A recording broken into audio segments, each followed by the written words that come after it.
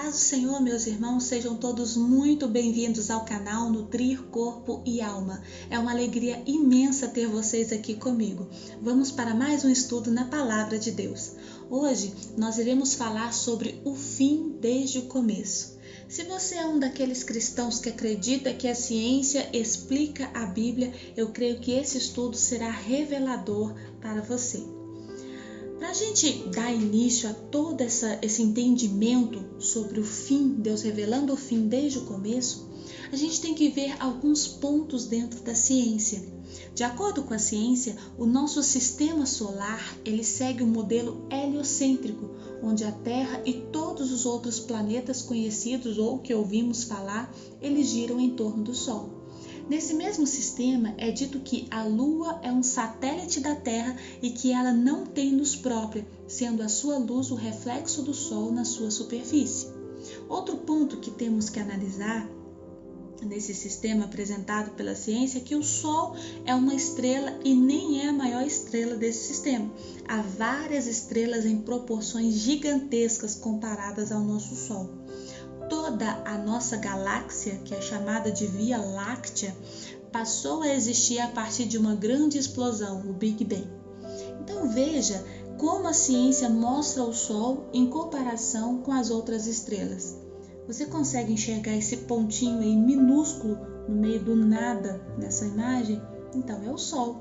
Agora imagina a Terra. Não passa de um pontinho insignificante no espaço. E o homem um grão de poeira sem expressão alguma nessa imensidão. Mas se nós voltarmos para a palavra de Deus, nós temos que entender que o Senhor ele deixou uma profecia em Apocalipse 6:13. E se as estrelas são desse tamanho aí que a ciência aponta, como é que se cumpre essa profecia? Que diz assim: e as estrelas do céu cairão pela terra, como a figueira quando abalada por vento forte deixa cair os figos verdes. Tem algo errado aí, não é, irmãos? Como que algo tão grande vai cair na terra? Não tem como. A Bíblia diz que o Sol e a Lua têm luz própria e ambos foram criados com a finalidade única de marcar os tempos determinados e iluminar a terra. Elas marcam os moedos de Deus, os compromissos de Deus. Ao que entendemos, o Sol, a Lua e as estrelas, eles foram criados para servir a Terra. A Terra foi criada para servir o homem e o homem foi criado para servir a Deus. Você realmente crê na teoria do Big Bang que diz que o universo e a Terra nasceram de uma explosão? Você crê na teoria da evolução que diz que o homem veio do macaco? Irmãos, a ciência moderna consegue explicar tudo, acha teorias para tudo. Medem o tamanho do Sol, que segundo eles tem aí 1.300.000 e lá vai alguma coisa de diâmetro. A Lua é 400 vezes menor que o Sol, tem cerca de 3.000 e poucos quilômetros de diâmetro. A Terra, mais de 12.000 quilômetros de diâmetro. A ciência, ela consegue medir, consegue dizer a rotação da Terra, que por incrível que pareça, é 1.666 km por hora. Olha o 666 aí. Interessante, né? Consegue medir a rotação do Sol, 1.997 km por segundo. Mas, irmãos, volte os seus olhos para as Escrituras, atente os seus ouvidos para entender o que Deus diz em Jeremias 31:37. Portanto, assim declara o Senhor: se os céus em cima puderem ser medidos e os alicerces da terra embaixo puderem ser sondados, então eu rejeitarei toda a linhagem de Israel por tudo quanto eles têm praticado ao longo do tempo, afirma o Senhor. Viu o que Deus falou? Se o Senhor ou se o homem conseguir medir todas essas coisas, ele, o Senhor, rejeitaria toda a linhagem de Israel. Acaso, irmãos, as promessas de Deus deixaram de existir? Claro que não, o homem não sabe nada sobre as medidas da terra e os seus fundamentos. Não vou entrar aqui em méritos de formato da terra, mas é nítido que esse formato apresentado pela ciência é incompatível com a criação de Deus. Olha, irmãos, se nós formos para a palavra de Deus mesmo, eu quero ver alguém me explicar pela ciência como é que Josué fez o sol parar e a lua deter-se no seu lugar por quase um dia inteiro. Alguém pode até tentar dizer que foi a Terra que parou, mas já imaginou o efeito de uma bola molhada giratória numa rotação de 1.666 km por hora parar de uma vez? Alguém aqui já viu o que acontece em uma freada brusca? O efeito, irmão, seria desastroso.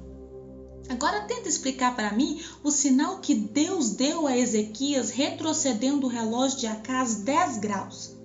Para o Sol retroceder 40 minutos no sistema heliocêntrico, além da Terra parar, ela teria que começar a girar ao contrário por 40 minutos, depois parar novamente e voltar à rotação anterior. Percebe o estrago que isso causaria se a Terra realmente estivesse girando sem destino no espaço infinito? Agora, coloque toda essa narrativa descrita na Bíblia dentro de um modelo geocêntrico, onde a Terra é estacionária, o Sol, a Lua e as estrelas têm a sua rota no firmamento e o homem é a coroa da criação. Tudo faz muito mais sentido, não é, irmãos? Muito mais sentido. O modelo que mais se assemelha com a criação ou com a descrição do Gênesis é esse modelo aí, o modelo hebreu, que os irmãos estão vendo na tela. A ciência, ela é uma fábula. A ciência, ela esconde o nosso Criador. Quem conta essas mentiras é o pai da mentira, que usa de engano, e muitos que não têm conhecimento da verdade, da palavra de Deus, caem nesses enganos. Nós fomos enganados por muito tempo, mas o Senhor tem abrido o entendimento dos seus filhos. Irmãos, a Terra não tem bilhões de anos, ela está prestes a completar apenas 6.000 anos. Deus revelou todo o seu plano desde a fundação do mundo. Olha o que diz Isaías 46, do 9 ao 10. Lembrai-vos das coisas passadas da antiguidade, que eu sou Deus e não há outro, eu sou Deus, e não há outro semelhante a mim, que desde o princípio anuncio o que há de acontecer, e desde a antiguidade as coisas que ainda não sucederam, que digo, o meu conselho permanecerá de pé, farei toda a minha vontade. Deus está dizendo que desde o princípio, desde o começo, ele já anunciava o fim. Então, ali no Gênesis, Deus já estava mostrando toda a história da humanidade. Ou você acha que Deus se cansa? Se você ler lá Isaías 40, 28, diz que o Senhor que criou os confins da terra, que criou todas as coisas, ele não se cansa e nem se fatiga. Ninguém pode esquadrinhar o seu entendimento. Se Deus não se cansa, por que é que ele criou o mundo em 6 dias e no 7º ele descansou? A história do mundo, irmãos, e todas as suas eras estão reveladas desde os primeiros dias da criação. Coloque no seu entendimento que os 7 primeiros dias, eles são literais, são dias de 24 horas e Deus cria todas as coisas. Ele dá destaque que houveram tardes e manhãs, então a criação não se deu num espaço-tempo de milhões de anos, como muitos querem defender, mas a criação aconteceu literalmente em 7 dias. Por que então que nós lemos em 2 Pedro 3,8? Todavia uma coisa, amados, que não deveis esquecer, que para o Senhor um dia é como 1000 anos e 1000 anos como um dia. Deus, ele deixou muito claro, deixou isso justamente para que nós possamos entender que cada dia da criação se refere a 1 milênio no decorrer da história. Então, os 7 dias da criação formam um paralelo com os milênios que já existiram sobre essa terra. Lá na eternidade, Deus decidiu criar todas as coisas. Então, no primeiro dia da criação, quando o Senhor diz, haja luz, e a luz passou a existir, ali se refere ao primeiro milênio. A luz, ela é início de tudo, é símbolo também do conhecimento. Dentro do jardim havia a árvore do conhecimento do bem e do mal. Adão comeu dessa árvore em desobediência a Deus, e no dia em que ele comeu da árvore, ele morreu. Adão morreu aos 930 anos, quase um dia, quase 1000 anos. No primeiro dia, ao fazer separação de luz e trevas, Deus nos aponta que no primeiro milênio daria-se início a 2 descendências: a descendência da mulher, a luz; a descendência da serpente, trevas. Vamos lá para o segundo dia. No segundo dia, o Senhor ele fez separação entre as águas de baixo e as águas de cima. Então nós vemos um destaque para as águas. Olha o que acontece no segundo milênio. Aqui nós vemos Noé e as águas do dilúvio. Já no terceiro dia, Deus separa a porção seca da terra. Incrível que no terceiro milênio, Deus chama Abraão e lhe promete uma terra e a sua descendência herdará essa terra. Vamos para o quarto dia. No quarto dia é o mais esplendoroso de todos, porque nesse dia Deus cria o sol e a lua. Lá no quarto milênio, aparece na história Jesus Cristo, o sol da justiça. Nesse tempo, houve separação, irmãos, das 2 alianças. A lua representava a primeira aliança e o sol representa a nova aliança em Cristo Jesus. Olha que incrível que são esses paralelos.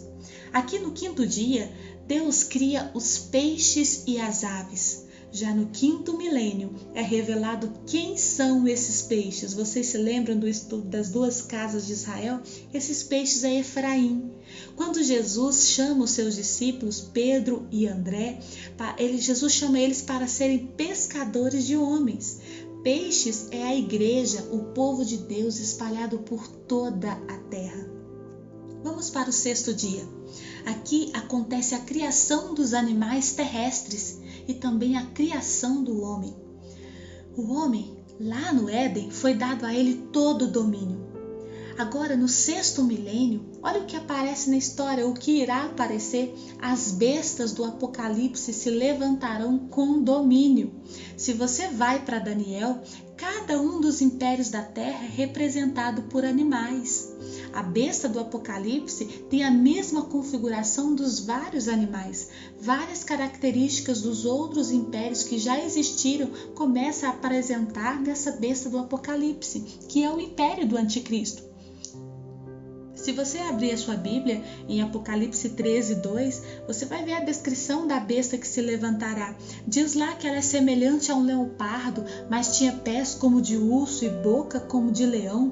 E o dragão deu à besta o seu poder e o seu trono com grande autoridade. Irmãos, isso se refere a características de impérios que se levantaram e que vão se levantar na última semana. Mas isso é tema para outro estudo. Voltando aqui para o sexto dia, no sexto milênio aparece o segundo Adão, né? No sexto dia apareceu o primeiro homem, o primeiro Adão. No sexto milênio aparece Jesus, o segundo Adão. Ele virá com poder e glória, resgatará o governo das mãos de Satanás e implantará o seu reino na terra. Não é incrível? Se você vai lá para Apocalipse capítulo 11, versículo 15, diz assim: o sétimo anjo tocou a sua trombeta e houve altas vozes no céu que dizia: o reino do mundo se tornou de nosso Senhor e do seu Cristo, e ele reinará para sempre. Com esse versículo, a gente entra no sétimo dia. O sétimo dia diz que Deus descansou e santificou esse dia. Então, nos remete direto ao sétimo milênio. O sétimo milênio é o reinado de Cristo por 1000 anos nessa terra. Haverá descanso nesse reinado porque Satanás estará preso, irmãos. Olha o que diz a palavra do Senhor em Apocalipse 20, verso 1 ao 4. Vi descer do céu um anjo que trazia na mão a chave do abismo e uma grande corrente. Ele prendeu o dragão, a antiga serpente, que é o diabo, Satanás, e o acorrentou por 1000 anos. Lançou-o no abismo, fechou-o e pôs um selo sobre ele, para assim impedi-lo de enganar as nações até que terminassem os 1000 anos. Depois disso, é necessário que ele seja solto por um pouco de tempo. Vi tronos em que se assentaram aqueles a quem haviam de ser dada autoridade para julgar. Vi as almas dos que foram decapitados por causa do testemunho de Jesus e da palavra de Deus. Eles não tinham adorado a besta nem a sua imagem, e não tinham recebido a sua marca na testa nem nas mãos. Eles ressuscitaram e reinaram com Cristo durante 1000 anos. Olha que incrível! Então, esses 7 dias da criação se refere aos 7 milênios que dura a Terra. Não mais do que isso. A Terra o mundo não vai acabar agora nos próximos dias. A Terra vai durar 7.000 anos. Após findar os 7.000 anos, então vem o juízo final e entramos novamente na eternidade com Deus. Aí desce a Nova Jerusalém e isso é tema para outro estudo. Mas o que os irmãos têm que entender é que nós estamos no fim do 6º milênio. O nosso calendário, chamado de calendário gregoriano, nós estamos no ano 2020. Se for contar por esse calendário, em 2030 da nossa era, completará 2.000 anos que Jesus morreu na cruz do Calvário, entrando então no 6º milênio. Mas a gente sabe que tem erros nos calendários, inclusive no calendário judaico. Esse ano é o ano 5.781, mas há um erro aproximado de 200 anos no calendário. Se for comparar exatamente esse erro, seria então o ano 5.981. Então, irmãos, de qualquer forma, nós estamos muito perto de entrar no 7º milênio. E o 7º milênio tem a ver com o reinado de Cristo. O Senhor já está às portas. Olhe para o alto, porque a nossa redenção está perto. Prepare a sua vida, meu irmão. Busque o conhecimento da palavra de Deus. Busque o conhecimento do Senhor. Cristo vai te esclarecer. Entra nesse barco, entra nessa jornada. Vamos nos encontrar com o Senhor. Fico grata pelos irmãos terem me acompanhado até aqui. Inscreva-se no canal. Se você quiser a apostila desse vídeo, entra no canal do Telegram. Eu vou estar disponibilizando lá. O link está na descrição. Deus abençoe cada um de vocês. Fiquem todos na paz.